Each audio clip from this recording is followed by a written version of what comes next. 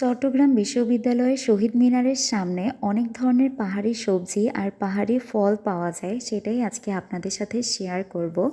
Hello everyone, সবাই কেমন আছেন? দিস ইজ ঐশী ফ্রম ঐশ্বর্য। তো সেদিন সকাল সকাল ঘুম থেকে উঠে রেডি হয়ে বেরিয়ে পড়েছি ক্লাসের উদ্দেশ্যে। এখন চলে যাব ক্লাসে।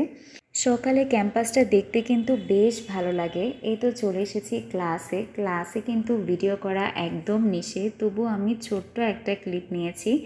একটা ক্লাস শেষ, এখন একটু ব্রেক পেয়েছি, চলে যাচ্ছি ক্যান্টিনে গিয়ে আমি এক কাপ চা নিয়ে নিই আর আমার ফ্রেন্ড নিয়ে নেয় একটা সিঙ্গারা। দুজনে মিলে চা সিঙ্গারা খেয়ে দিয়ে আবার চলে এসেছি ক্লাসে।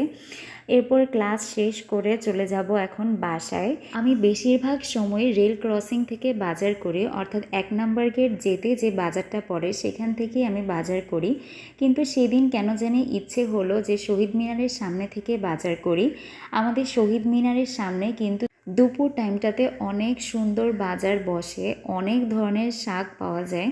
সেদিন আমি শাকের লোভ সামলাতে না পেরে পুরো 5 পদের শাক নিয়ে গিয়েছিলাম বাসায়, আর মার কাছ থেকে অনেক বকা খেয়েছি।